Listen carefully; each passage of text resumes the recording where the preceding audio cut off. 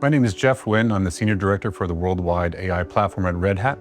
Red Hat is a leading contributor to many open source projects, and we work to make that an enterprise-friendly software solution for our customers in the Fortune 100 businesses down to the smallest companies.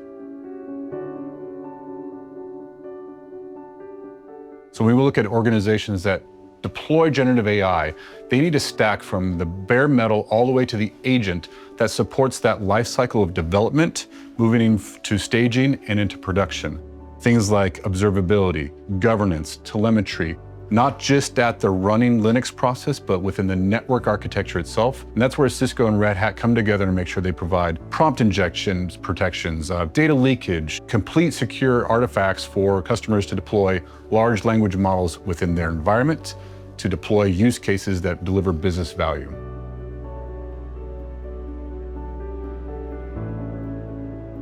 So one of the things that I'm most excited about as a traditional software engineer and Linux developer is the ability to distribute compute and processes. From taking an application from the IT core infrastructure out to the edge where it might need data but produce the most business value is something that we thrive on in the industry.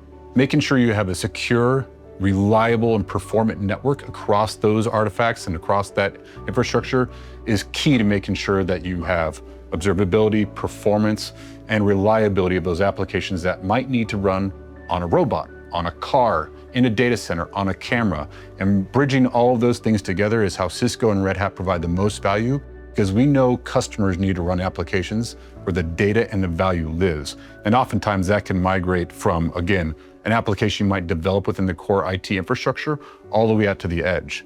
If you think about time to first token, inter-token latency, and mixture of expert model architectures, it requires something different from the infrastructure. It requires 2 or 3 companies working together to provide a customer's ability to manage those models and produce the best resource for their companies to develop applications on.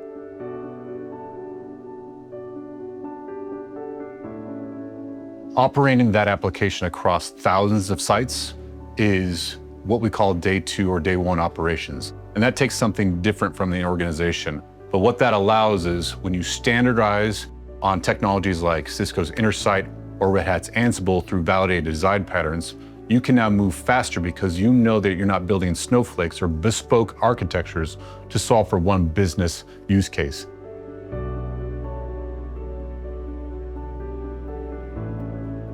Cisco and Red Hat need to come together to make sure that we can provide the best capabilities for our organizations that deploy generative AI applications.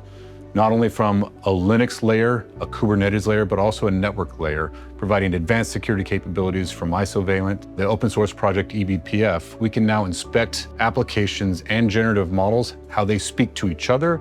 We respond to prompts and protect prompt injection. Also providing complete isolation around the data and the network that it lives on. When you deploy applications in this new world, it requires all organizations to work together, and that's why Cisco and Red Hat have worked together from Linux process all the way up to the running container through the projects like LLMD, containers that run on a Kubernetes environment, the co-engineering work we do within the Linux kernel itself.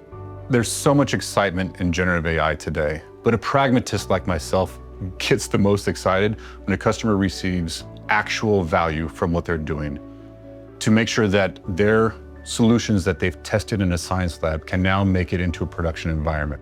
And in order to do that, you need trusted partners working together. And I couldn't be more proud of the collaboration we have between Red Hat AI and Cisco.